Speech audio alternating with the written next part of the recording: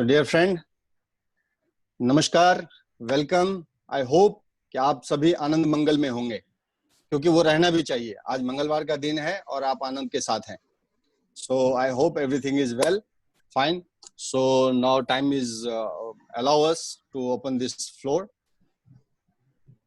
As usual, I just welcome all of you for this webinar, and I just given the bit of introduction of Library Professional Association. Our speaker, then Dr. Malviya is come and he is talking about the theme. So I just start the program as per your permission, if you permitted that. So friends, Library Professional Association is a non-profit professional body founded for scientific, literary, and educational purposes, and dedicated to the creation, organization, dissemination, knowledge concerning information, and its transfer. An auxiliary purpose of the association is to provide its members with a variety of channels of communication within and outside the profession, including meetings, seminars, conferences, and publications, with a service to help them in their professional development and advancement. This association is a group of people who worked in different organizations and come together at one platform to work for profession and professional development. This is the motto of the Library Professional Association. So now I request Dr. Ramanand Malviya, President of Library Professional Association. He's talking about the today theme. So Dr. Malviya, request you to please take over from this. Thank you very much, Mr. Anand. Good afternoon to everyone. I, Dr. Ramanand Malviya, President, Library Professional Association, welcome you all on this online webinar on evaluation of electronic information resources and open sources. It is organized by Library Professionals Association, New Delhi. The speaker of today's webinar is Dr. Sachin Biswanath Vaidya, librarian, Sir Vitthal Das Thakurse College of Home Science, SNDT University, Women's University, Mumbai. The moderator of this webinar is Mr. Anand Anjani Jha, Treasurer, Library Professionals Association, New Delhi. This topic is very important for library professionals, teachers, researchers, students, academicians, and others. Evaluation of electronic information resources and open source is the growing need for electronic information resources in this digital era has given birth to electronic resources as there is a diversified search for information.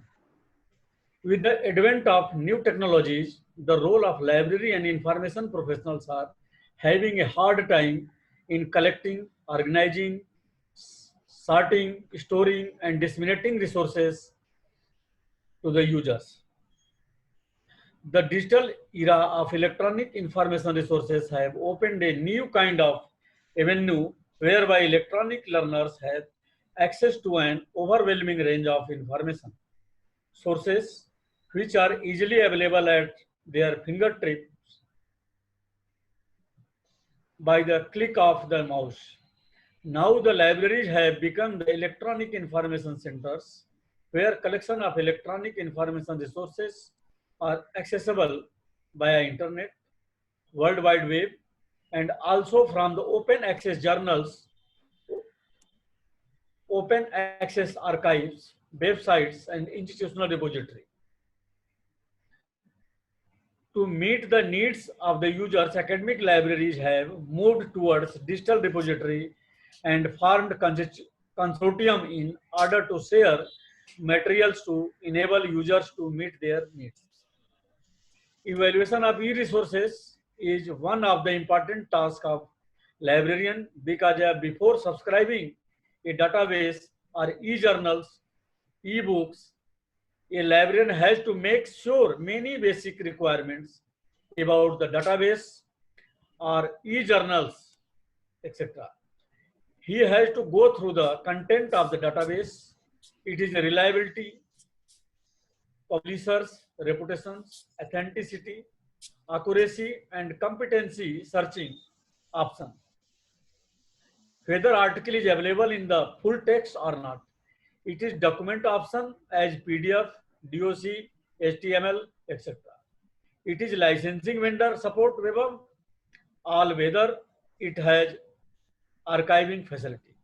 A user can access previous access and issues. If yes, what is the time limit to be in the archive, or they will provide previous issues on demand. It has made major changes in the library resources and its services. E-resources are easily accessible. A user can access it required documents through different databases, e-journals, e-books, e-databases, etc. subscribed in the library. It saves the time of user in searching required documents among the books, journals, etc. The e-resources are one of the important requirements in this present ICT environment. A library must subscribe e-resources for better and latest information resources. The e-resources have become very popular in the libraries and information centers in the recent years. The concept of e-resources, its features and types, as well as use of the e-resources in libraries and selection cum evaluation of e-resources, it also reveals the significance of e-resources. The content are the major criteria to be utilized by the teachers and researchers for the evaluating the e-resources as discussed in the different forum and meeting. Library Professional Association welcomes Dr. Sachin Vishwanath Vaidya for accepting our request and sparing his valuable time. This webinar has drawn very widespread attention and overwhelming response, both in the terms of participation and choice of subjects, its current needs and importance for the teachers, researchers, library professionals, and students. Now I request Mr. Anand Jha, Regional Coordinator and Treasurer of the LPA, proceed over to Mr. Anand Jha. Thank you, Dr. Malviya. Thank you for your kind words and giving the all exposure about the today theme. So I'm not taking much time. I'm directly introduce our today's speaker, Dr. Sachin Vishwanath Vaidya, the college librarian, Sir Vitthal Das Thackeray College of the Home Science Autonomous Body. It is under the SNDT Women University, Mumbai. He has more than 30 years of professional experience in the field of library and information science. Acted as a member of Research Advisory Committee of Chhatrapati Shivaji Maharaj University, Panvel, Maharashtra. More than 30 papers, articles in journals, edited books, conference proceedings are in his credit. More than that, he has a lot more things done in his 35 years of careers, but I am not covering much of this as instructed by our today's speaker, Anandji. Please talk about me very less. So I am not coming in between our speaker and today and the participants, and I'm not taking much time. I directly request Dr. Sachin Vaidya to take the program further. Hand over to Dr. Vaidya.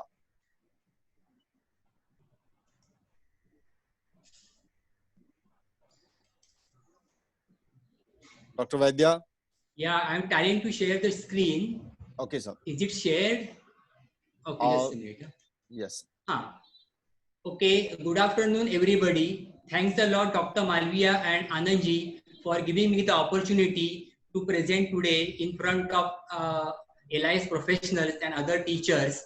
My today's topic is evaluation of electronic information resources and open sources.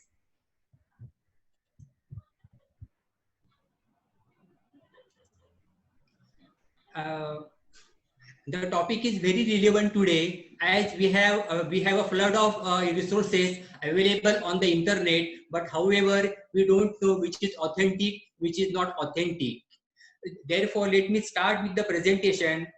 I have already shared the presentation to the organizers, so please don't take down anything. Just listen to the presentation and questions can be answered at the end. Now, what is electronic information resource? Definition by American Library Association is electronic information resources include but are not limited to online search services, compact disc search services, internet sites, World Wide Web products, online public access catalogs, systems, electronic text, multimedia, and other sources of information that users may directly access in electronic format. Need for evaluation. In order to know the authenticity and quality, we have to evaluate EIRs constantly. The traditional criteria to evaluate print information with accuracy, authority, objectivity, currency, and coverage are also applicable to EIRs. It is true that anybody can put any sort of information as electronic information, so the quality must be examined properly. The problem with searching the internet is the lack of quality control. Anyone can put anything out there on the web, and we must be able to differentiate between the qualitative and non-qualitative information. The internet is very different from the information services to which the library subscribes. While developing the library collection, we carefully select the databases. The database publishers select the journals and other materials to be included in their databases. The publishers of the journals select and edit the material which they publish. Therefore, internet search is different from search through library collection. Because there is no mechanism for quality control of the internet, every item we find when searching the internet must be suspect until we find proof of its reliability. The uncontrolled nature of the internet makes it possible for anybody to make any information available. This means that we need to be equipped with information and skills which enable us to critically evaluate the material we find. Reasons for evaluating internet-based resources. Anyone can put anything up on the internet. Are they reliable, accurate, truthful? Is it meaningful, thoughtful, research? It is often difficult to tell what something is, where it came from, how it got there, who the author is. Is it original, updated, revised, quoted out of context or plagiarized, altered, whether intentionally or unintentionally? Many things are not filtered or reviewed by a referee process, by peers or an authority, by publication or editor, or by libraries. Criteria for evaluation of electronic resources. Apart from the criteria of print resources with accuracy, authority, objectivity, currency, and coverage, additional criteria are required for EIRs. But let me caution you, whatever 20 criteria we are going to see right now, some criteria may overlap. They are not watertight compartments. So this matter should be taken into account while looking at all the criteria. Similarly, all criteria need not apply to all electronic resources. Some may apply, some may not apply. Similarly, no rating scale is available. So it is up to an individual how to judge, how to evaluate the various electronic information resources. The first criteria is the authority. This is the most important criterion. Reasons to check authority. It is often hard to determine a web page authorship. Even if a page is signed, qualifications are not usually given. Sponsorship is not usually indicated. The checklist is whether there is an author or not, whether author's qualifications, experiences, affiliations, and credentials are given appropriately, whether there is a link to a page describing the purpose of the sponsoring organization, whether there is a link to a page describing the purpose of the sponsoring organization, whether institution is renowned or recognized, whether contact information, that is telephone number or postal address of the author is displayed, only email ID is not sufficient. If the material is protected by copyright, whether the name of the copyright holder is given. It is necessary to check publisher of the EIR by finding out the following: who publishes or maintains the website? Is the site sponsored by an individual, organization, education institution, or a business? The domain name provides clues in this area. Does the nature of the publisher or sponsor compromise the objectivity of the materials presented? Uh, Along with the above, following links, wherever available, may be checked from the homepage, About Us, Mission, Contact Us, link to similar pages, and such other links. Other ways are checking domain name registration. If it is still difficult to find out the author and or publisher of the EIR, we may have to check domain name registration records, which may involve some administrative procedures. In some cases, we may not be able to get the details under whose domain, who has registered for the domain name. Truncating back URL of the web page. If required, URL of the web page can be truncated back. For this, in the top allocation box, and characters of the end characters of the URL can be deleted. Subject directories. Normally, repeated subject directories provide hyperlinks to other web pages only after evaluation and continue those hyperlinks after periodic evaluation. Hence, we can by and large trust those web pages. When we talk about subject directories, Yahoo directory was the #1. However, it is not existing. It is available only in its archival form. But there are many subject portals and portals which provide hyperlinks to various subject-related websites. Let us continue with the first criteria. URL of EIR serves as an aid to check authorship. A tilde usually indicates a personal web directory rather than part of the organization's official website. .edu, .ac indicate educational institution. .gov indicates US federal government. .org indicates not-for-profit organization. .com indicates commercial firm. .in, .uk, etc. indicate respective country. Some websites provide some URLs can be combination of the above, that is ugc.ac.in. Here we can see AC and IN both.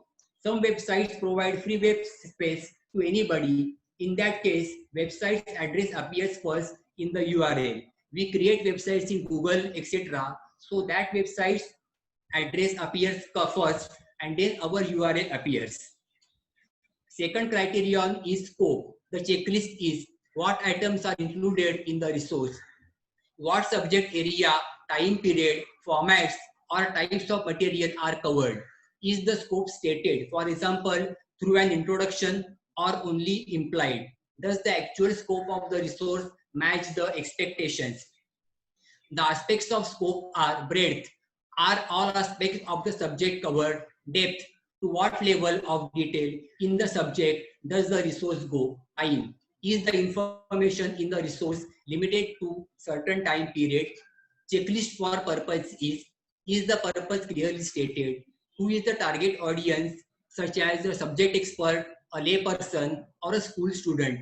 Is the purpose reflected in the writing style, vocabulary, or tone? Is the material sufficiently self-explanatory? Is there sufficient evidence? What conclusions are drawn? Does the resource fulfill the stated purpose? The next criterion is coverage.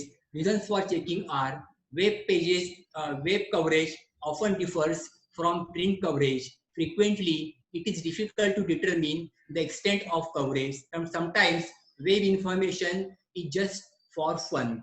Adding metadata to the web page endorses the authenticity of the EIR. We should browse the resource to assess the subjects and types of material that are covered.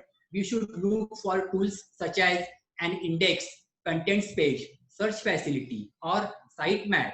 These will give us a good overview of coverage. Browsing these will also enable us to make an assessment of the range of subjects covered within a resource, whether a resource is comprehensive or whether there are any notable omissions. Many sites provide a statement, usually towards the beginning, relating to who they feel is their target audience. If there are any links to further information, we should browse these to assess their coverage and whether they add value to a site. The links may have been evaluated according to their quality, and descriptive information may be provided about them.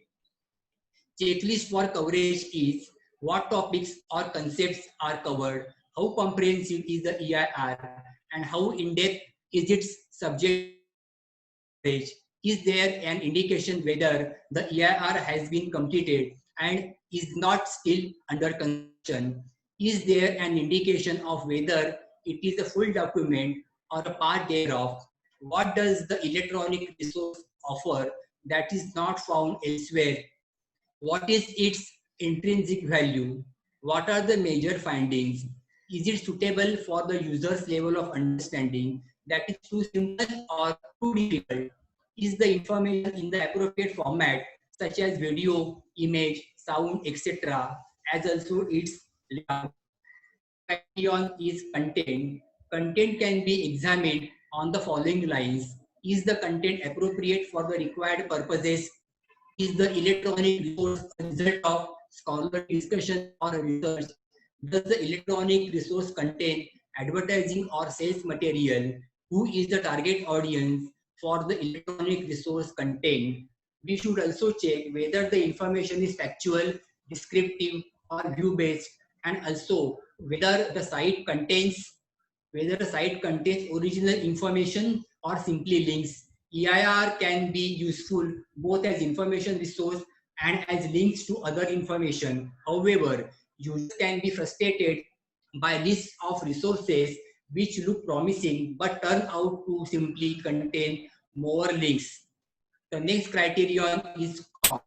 Internet resources are perceived as being free. However, costs do exist. The division of cost can be cost for connecting to the resource. Users paying connectivity charges have to consider the cost of connection and may want to include this in criteria for selection. For instance, whether text-based information is preferred over image-based information or vice versa, if the information content is the same. Cost associated with the use of intellectual property contained in the resource. Increasingly, we have to see sites where charge is made for the intellectual property content of the site. Libraries have been dealing with charged online services such as ProQuest, Elsevier, Web of Science, etc. for many years. But the internet has created an expectation and an opportunity to make charged services available to end users. Libraries have a role in negotiating subscriptions and site licenses for organizational access to charged services. Charged services may be available with limited functionality or for trial period for free. Criterion 7 is accessibility. In a particular electronic resource, if a particular electronic resource is to be used by the readers, it has to be ensured that that it is there at its designated location. The server that hosts that resource may remove the same, or the server itself may get crashed. Speed is another issue in determining accessibility. If a web page takes too long time to open, the readers may switch to another web page. If a web page is required for demonstration or orientation, it is better to have an offline backup somewhere. We should ideally browse through the whole EIR before recommending it to the readers, or to check it thoroughly before taking any decision to buy or subscribe to it. It should not be assumed that if the first page works, links to other pages will also work efficiently. The checklist for accessibility is the EIR available on a consistent basis? Is the response time fast? Does the website have a text-based alternative? Is the EIR fee-based? Can non-members still have access to part of the EIR? For example, whether if we don't have access to full text of the journal, can we have access to keywords and abstract? Is the resource frequently unavailable due to server unreliability or overwhelming demand? Are large and unnecessary graphics used which inhibit ease of access? The checklist continues. Is there a mirror site? Are there any geographical access restrictions? Is special hardware or software required to access the resource? Do users need to register and all pay to use the resource? And if so, is this a straightforward process? Is there a charge to access the resource? Is the resource written in English or any other language? Is the information is in public domain, or are there copyright restrictions? Next is accuracy. Anyone can publish anything on the web. Unlike traditional print resources, web resources rarely have editors or fact checkers. Currently, no web standards exist to ensure accuracy. The checklist for accuracy is the content of the site a true reflection of what it describes it is? Is there an editor or someone who verifies or checks the information? Is it peer reviewed? Is the information verified from other sources? Do experts agree on the findings? The checklist continues. Is there adequate documentation, bibliography, footnotes, credits, quotations? Is the information free of grammatical, spelling, and typographical errors? These kinds of errors not only indicate a lack of quality control, but can actually produce inaccuracies in information. If there are charts and or graphs containing statistical data, are the charts and or graphs clearly labeled and easy to read? The next criterion is evidence. We should check what evidence is provided to support opinions and conclusions expressed in the electronic resource. The checklist is, does the author provide data to support each important opinion or conclusion? Is the data quantitative or qualitative or both? Whether the evidence supported by references is accepted by the authorities on the topic. Whether contact details of the author or publisher are available. Next criterion is permanence. It measures the rate that both website and web pages continue to respond the same URL.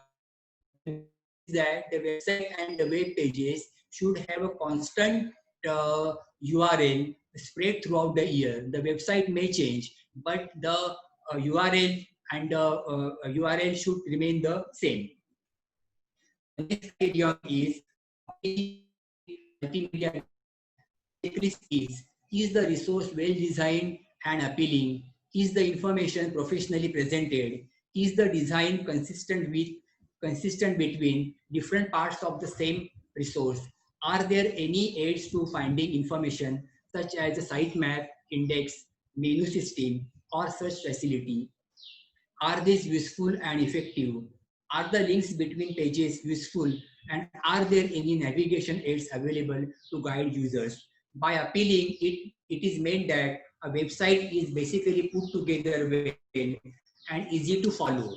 Just as a website with broken links is frustrating, so is a website that is hard to read. Readers are going to have a hard time staying focused if they are spending a lot of time struggling to read a website with a dark background and black text, font styles that are too hard to follow, or minuscule text and pictures. On the other hand, if the website is colorful, easy to read, full of graphics, and fun to read, readers will probably enjoy seeing it. The information will be easier for them both to read and understand. The appeal of a text-only site may be limited.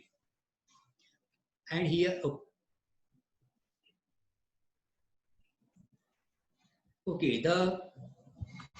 the checklist continues. Are images used appropriately, or are they merely decorative? Used appropriately, or does it detract from the value of the information? Do the visual effects enhance the resource, distract from the content, or substitute for content? If audio, video, virtual reality, modeling, etc. are used, are they appropriate to the purpose of the source? Whether top or home links are available. The next criterion is perspective. The checklist is, does the author have a bias towards a specific topic in a subject, ideology, country, or anything alike? Is it directed towards a specific audience, that is general public, scholars in a given field, students, etc.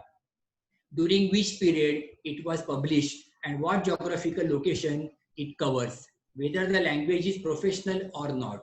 Does the argument oversimplify or overgeneralize the contents? However, it is expected that the overall treatment is objective in its coverage. The next criterion is search engine navigation. In order to use an electronic resource effectively and in order to get to the important information, it must be navigable and easy to use. An electronic resource should cater to the needs of all types of users. This can be done by offering hypertext links so users can jump around, and a sitemap should also be provided. Links should be easy to identify and group in some type of logical order. The user should be able to tell at first glance how a site is organized and the options available. The inclusion of keywords or such would add advantage. The checklist is how effectively can information be retrieved from the resource? What operators and ranking features are available? Does the search engine provided on the web page index the resource? The next criterion is citation bibliography. Sometimes EIRs contain citations bibliography. Citations and bibliography lead the user of the resource to find additional information about the topic and compare the author's content with other works. If EIRs do not contain citations bibliography, the user should check their hyperlinks. The next criterion is index. In case of web resources, index is analog to the search engine. The checklist for index is, does the resources, do the resources include index? If so, does it provide sufficient, flexible and robust retrieval capabilities? Whether the search criteria defined by the user is matching with the contents. Criterion 16 is language. The user should ensure that the text is well written, while hypertext linking and multimedia are important elements of the web. The bulk of the information content on the web still lies in text, and quality of writing is important for the content to be communicated clearly. Also, use of uniform language is desirable, or else provision of translation should be available. The meaning is that the subject, each subject has its own language or the slant or technical term. So while writing for a subject, the author should ensure that he or she is writing to the target audience who has basic knowledge about the subject. Okay, criterion 17 is hyperlinks. The checklist is if the value of the website or database lies in its links to other resources. So whether the hyperlinks are kept up to date and made to appropriate resources, are the hyperlinks made in such a way that it is clear that an external site is being referred to? How reliable are the hyperlinks? Do these hyperlinks support or contradict facts or opinions on the author's page? Do these hyperlinks add any new information on the topic? Are the hyperlinks from the same or a different domain? Whether the hyperlinks are appropriate for the websites or databases intended audience, and also offer something that is not available at any other online destination. The next criterion is workability. We have to check whether the resource is convenient and effective to use.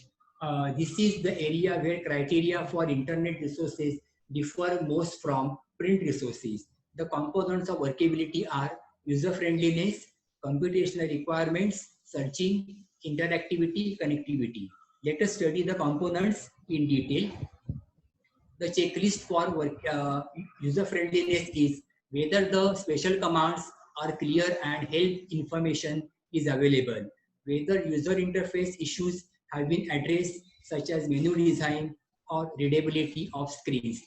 Computational requirements, whether the resource be accessed with standard equipment and software, or are there special software, password, or network requirements. whether the resource has been designed to work well with one software and user interface, but difficult to use with others. Checklist for searching is how effectively can information be retrieved from the resource. Is the resource organized in a logical manner to facilitate the search? Is the organizational scheme appropriate? For example, chronological for an historical source or geographical for a regional resource? What operators and ranking features are available? Is the search engine interface intuitive? Does the search engine index the whole resource? Checklist for interactivity is where interactive features such as database forms, emails, etc. are provided. Do this work? Do they add value to the site? Checklist for connectivity is, can the resource be accessed with standard equipment and software, or are there special software, password, or network requirements? Can the resource be accessed reliably, or is it frequently overloaded or offline? Is a local mirror site available, or do international traffic charges have to be incurred? The next criterion is uniqueness. The checklist is whether the content of the resources are available in other forms. For example, maybe other sites in print or on CD-ROM, DVD, etc. How different or beneficial it is from other forms. Have any extra features been added? Does it complement other resources? For example, by providing updates to a printed resource.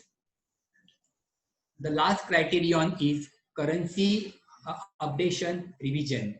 The checklist is whether there are dates to indicate when the information was written, when it was first placed on the internet or database, when it was last revised. Sometimes a web page shows the system date or today's date, which should not be mistaken for the date of updation. If information is presented in graphs and or charts, whether it is clearly stated when the data was gathered, it may not always be necessary for a resource to have been updated recently for it to be valuable. For instance, if a resource provides the full text of Kalidas literature, that text is not going to change. So it is not necessary for it to be frequently updated. Now with this, we end with the criteria. Sorry, the last slide is there. Checklist continued. If the information is published in different editions, is it clearly labeled what edition the page is from? Does the organization or person hosting the resource appear to have a commitment to ongoing maintenance and stability of the resource? How current are the hyperlinks? Have some expired or moved? Are there any dead links? With this, we come to an end to all the criteria, and all the criteria are may not applicable to all resources. Our presentation is also includes open access resources. So very popular website, directory of open access journals I have taken. It is an open access information source. Now we shall evaluate DOAJ as per all the criteria which we have discussed just now. Let us go one by one. Due to paucity of time, we shall be covering only one electronic resource which everybody knows. Now, if you want, by using the criteria, you can go ahead with other resources with whom you want to deal with, or the resources which you want to access. Let us go one by one. Authority.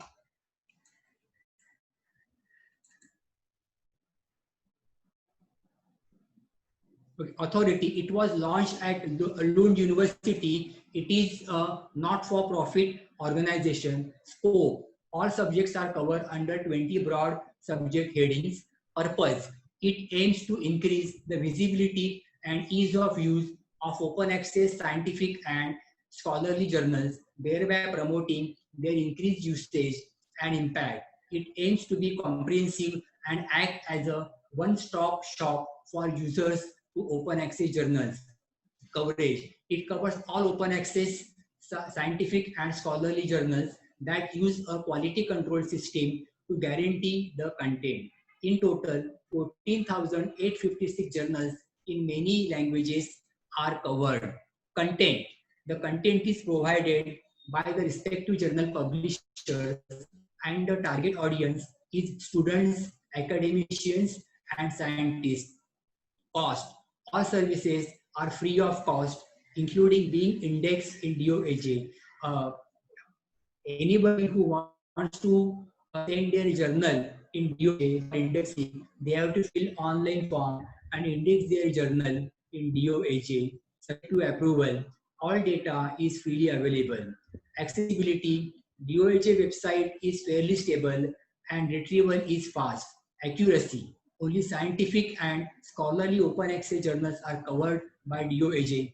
The issues of accuracy and objectivity rest with the individual journal publishers. Evidence. The issue also rests with the individual journal publishers. Permanence. The website's URL is stable. Appealing graphic multimedia design. The homepage is simple and appealing. It leads to various hyperlinks. The search interface is user-friendly. Perspective bias. DOAJ imparts even treatment to all scientific and scholarly scholarly subjects. Individual journal publishers may have their own perspectives and biases. Searching navigation. Basic and advanced search are user-friendly, and many journals are searchable at article level. Citation bibliography. They are provided by respective journals and not by DOAJ. Index. Wherever possible, DOAJ catalogs resources on journal title level. To make article level content searchable in the system, DOAJ is completely dependent on journal publishers for supplying article metadata. Language quality. The search language and help provided is simple and easy to understand. FAQs are quite illustrative and helpful. Language policy of individual journal is governed by the respective journal. Many non-English journals are also covered. Hyperlinks. They are provided to the respective journal publisher's website. They are also provided to various sponsors, members, and publishers. It may be noted that DOAJ does not store any full-text journal. It facilitates the access to search facility and hyperlinks. Workability. The first component of workability is user-friendliness. Simplicity and effective search facility are the USP of DOAJ.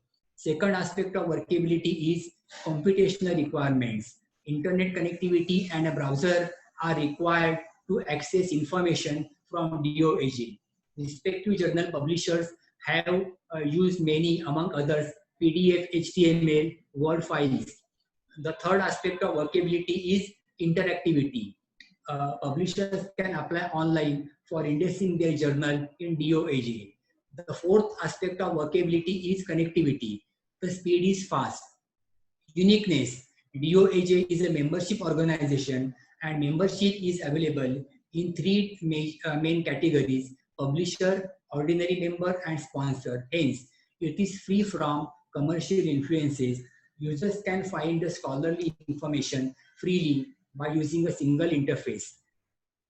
Last is currency updation revision. Updation policy is not mentioned, but it can be said that the website is updated often as and when required.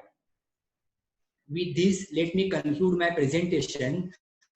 And my request to all LS profession is that please share your experiences now or some other time. And I would like to know whether you are using any other criteria or not. And let me repeat that all the criteria presented here are not watertight, or they are not totally apart from others.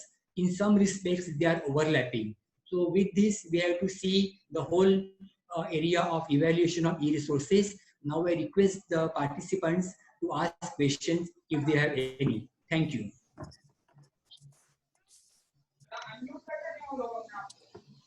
Thank you, Dr. Vaidya. Welcome, sir. Any questions? I just put up the request in the chat box. If anyone have some question that they must put in the chat box, so you can also see right now I didn't find anything else. So yeah, it's great. So and also just the chat box is some other persons. I hope they just raise their hands. So I just want to see who are they.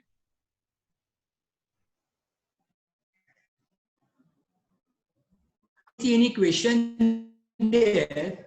But right now they can ask. Yeah, there is no question. So yeah, if there is someone, then definitely welcome everyone to put the questions. So it will make some interactive.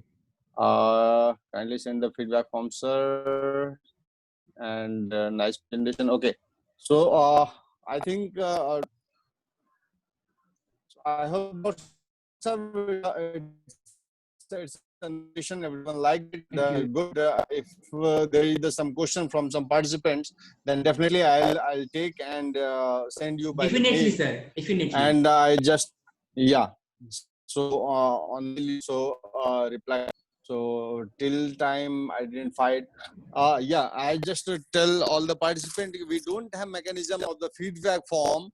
As you can find in the flyer, so we do have we do appreciate prior registration, and those who want the certificate, so they have to opt that option, and they pay earlier as only 50 rupees as a certificate handling charges. So we don't have any feedback kind of mechanism.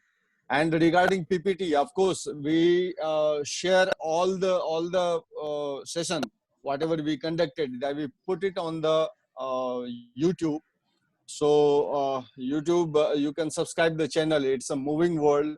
So you subscribe the channel, or I'll send it by mail also. So you can find the complete recording of the program over there.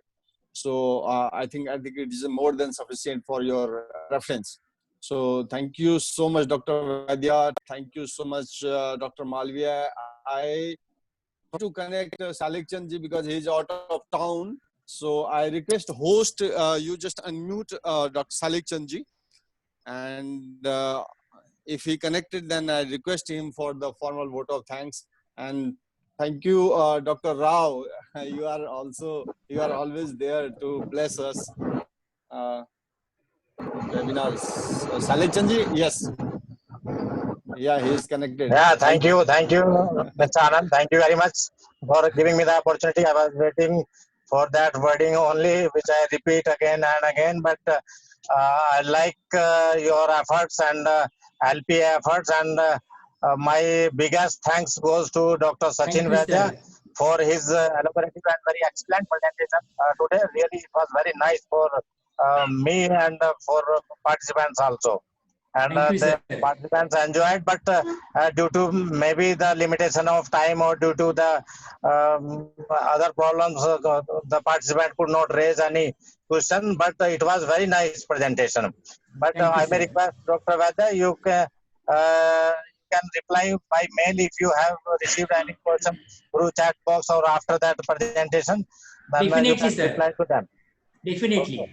Okay, and now at the last, my real thanks goes to my dear beloved participant who really support us for joining webinars, and they are giving their support तन मन धन से वो हमें बहुत अच्छी तरह support करें. मैं उनका दिल से आभार प्रकट करता हूं, धन्यवाद देता हूं, उनको अभिनंदन करता हूं सभी पार्टिसिपेंट का, और मेरी तरफ से सभी को बहुत बहुत शुभकामनाएं. धन्यवाद सर सभी का एक बार. Thank you, sir. Thank you.